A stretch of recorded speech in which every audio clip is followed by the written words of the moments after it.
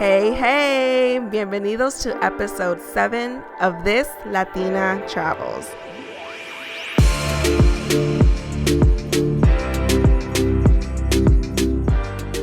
Today I'll be talking about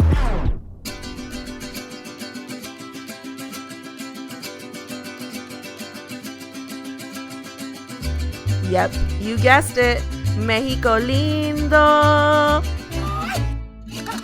I'm so excited about this episode because I've been super lucky to have visited many different parts of Mexico at different stages in my life. For starters, let's talk about my road trip journey in 2016 to Mexico. What? That's right. My little Yasmin and I drove to Juarez, Mexico from Santa Fe, New Mexico, the state. We decided not to tell our parents till we made it back safe and sound. Probably not the best idea. I just didn't want to instill fear for no reason. Now, don't get me wrong. We did tell a handful of people where we were staying, how long we were going, and it wasn't like we were staying in the hood or in the middle of nowhere. We ended up staying in a very nice Hilton, close to the border, basically Texas. I'm sure I can speak for Yasmin as well, but this was one of the best road trips ever. Let me take you through our trip. Crossing into Mexico was easy peasy. Our GPS took us right to our hotel.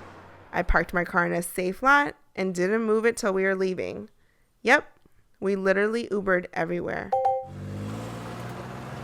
When we checked in, we were notified of Hora Feliz. And I remember looking at Yasmin all confused and her just smiling back at me saying, "Happy hour, big, duh." And let me tell you, this was no regular happy hour. There was no vouchers, no bartender. It was literal una mesa filled with tequila bottles, chasers, and snacks. Yep, my 25-year-old self was living her best life. But not for nothing, that wasn't even the best part. The breakfast at the hotel was the bomb.com. We had chilaquiles one morning. Chilaquiles is a common breakfast dish that consists of fried corn tortilla pieces simmered with salsa or mole and typically topped with cheese and sliced onions, shredded chicken, and a fried or scrambled eggs. I was in love. Outside of our Hilton hotel experience, we explored a little bit of Juarez. La Catedral de Nuestra Señora de Guadalupe in Ciudad Juarez was right next to el Mercado Juarez, which meant shopping. I need you all to remember, this was Bianca in her mid-20s, not knowing anything about budgeting, investing, and it's not like I spent so much either.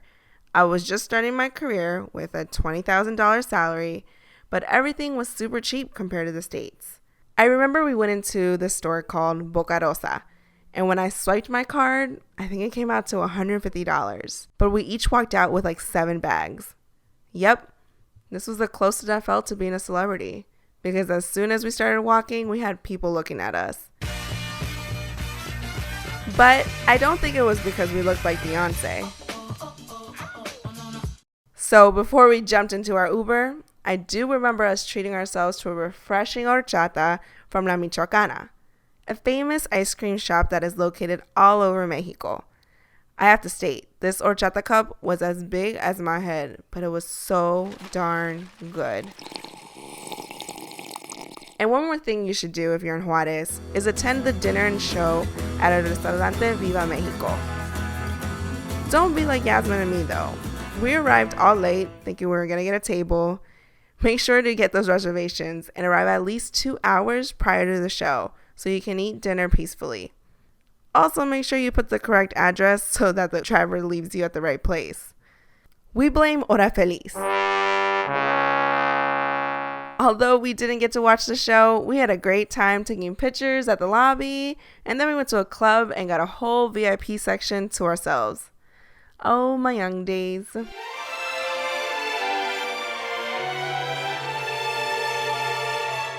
Before I get started with my journey to El DF, I want to state a disclaimer. I loved it so much that the gems I'm going to share with you are from 2 different trips, and I would go back in a heartbeat. There's so much to do, so I'm going to do my best to summarize my favorite places / memories. A little background. Growing up, we watched a lot of telenovelas at home. Most famous telenovelas were based in Mexico, and the Ángel de la Independencia monument was always highlighted in the intro song or in different parts of the telenovela. So seeing it in person, I definitely felt like the star of my own telenovela.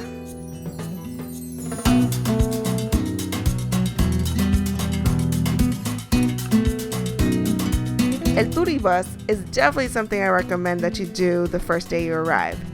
It's one of those buses that has 2 floors with an open top. You know, the self-paced, hop on, hop off tour buses that are in most big cities. What I loved about this bus is that you literally create your own tour of El Distrito Federal at your own pace. We got our bus tickets in El Centro, which is known as the Zócalo. This is where the Palacio Nacional is located and also El Centro Histórico. Both are worth visiting if you have time. There's a huge Mexican flag in the middle of it all. You can't miss it. Perfect photo opportunity. The other 2 places that I was really lucky to visit while I stayed in El DF were the Basílica de Guadalupe and las Pirámides de Teotihuacán. La Basílica de Guadalupe is one of the most visited religious sites in the world. Non-Catholic visitors to Mexico City might not have the Basílica very high on their list, but the Basílica and its story are an important part of Mexico's history and continue to be integrated into the daily lives of the local citizens. It is believed that 20 million people visit the Basílica each year, and 9 million of those visitors come for the Virgin of Guadalupe feast day on December 12th. I can't really describe how I was feeling being there, but it felt peaceful.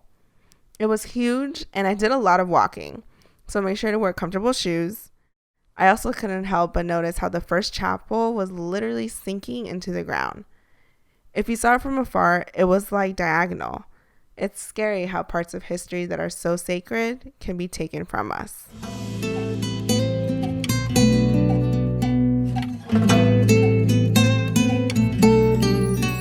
If you have the time, you must head to Las Pirámides de Teotihuacán. You'll see a lot of tour companies advertise this as a day excursion, which might not be a bad idea. But if you want to save some coins and feel adventurous, there's a bus that leaves every 15 minutes from the Terminal de Autobuses del Norte. The round trip was about $5 to $7, and when you leave, it's exit door number 5. Please note, this was information that was passed down to me, and it worked in 2018. Besides exploring the treasured pyramid land filled with so much rich history, there's a restaurant called Las Grutas. It's a cave that was converted into a fancy restaurant. It's worth checking off, but save yourself some time and make a reservation a couple days in advance.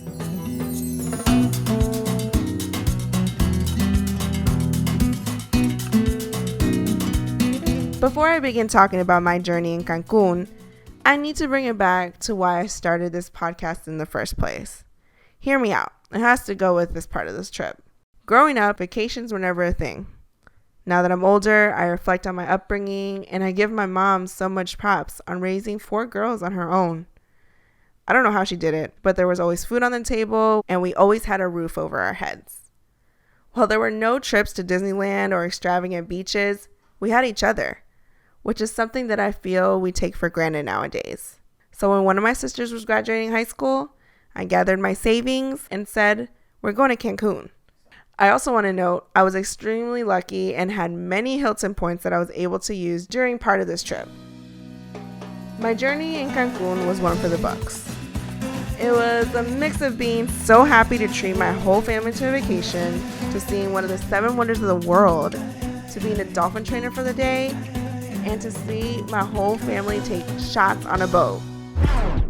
Whoa, that was a whole lot. Let me break it down. I was so happy that we were going to Mexico as a family. The only place we had gone on quote-unquote vacation was Bolivia, but for some reason that never really felt like vacation because we were always doing something with family, getting our visas fixed, you know what I mean. This time we had a couple things we had in mind that none of us had ever done. Well, I lied. I had seen one of the 7 wonders of the world. Shameless plug, listen to my South Africa episode if you haven't done so yet. But I had never experienced seeing one of the 7 wonders of the world with my family. So we rented a car and drove about 3 hours from Cancun to Chichen Itza to see the beautiful Mayan ruins. It feels so unreal when you're there. Not for nothing, you're walking on sacred land. I remember walking with my sister Amy and trying to explain into words how lucky we were to be here. It also started pouring while we were there, so having a poncho handy might not be a bad idea.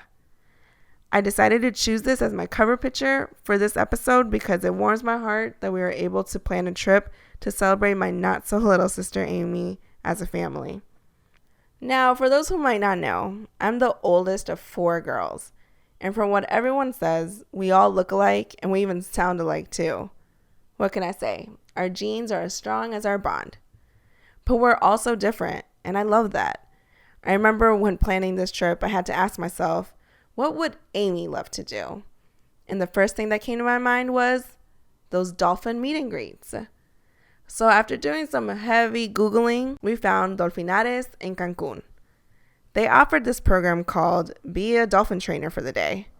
It was pricey, about $140 per person, but it included getting the behind-the-scene tour and learning all the basics of a dolphin trainer. For example, how they feed them and their habitat.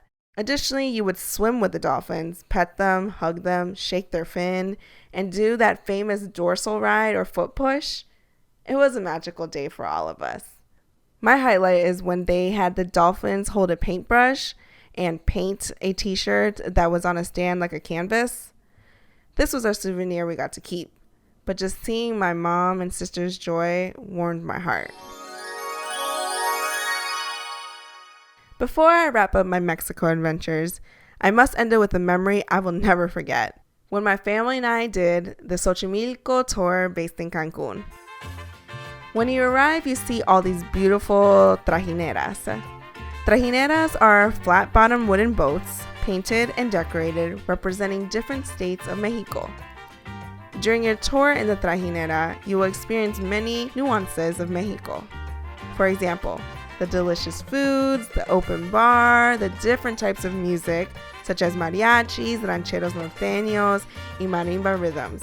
Yes, prepare to get your dance on. The tour was about 3 hours long and close to $90 per person. But when I tell you it was an unforgettable evening, I truly mean it. We all danced, sang, and this was the first time I witnessed my younger sisters taking shots. Yes, alcohol shots. This was surreal to me because at that moment, I knew they weren't the little babies I used to watch over anymore. The staff was amazing, so don't forget to bring cash to tip your guide. They really make your experience unforgettable. As I finish this episode, I want you to take away these points. 1. Never stop dreaming. 2. Take advantage of those reward points with hotels, flights, credit cards, etc. And 3. It's never too late to start. With that, I leave you. Until next time, mi gente. If you're listening via Apple Podcasts, don't forget to leave me a 5-star rating and write me a review. But most importantly, subscribe and share this with a friend or two. Feel free to contact me if you have any questions via email at thisLatinaTravels@gmail.com or my Instagram at thisLatinaTravels. I hope you're ready for this journey because I sure can't wait to tell you more about why this Latina travels.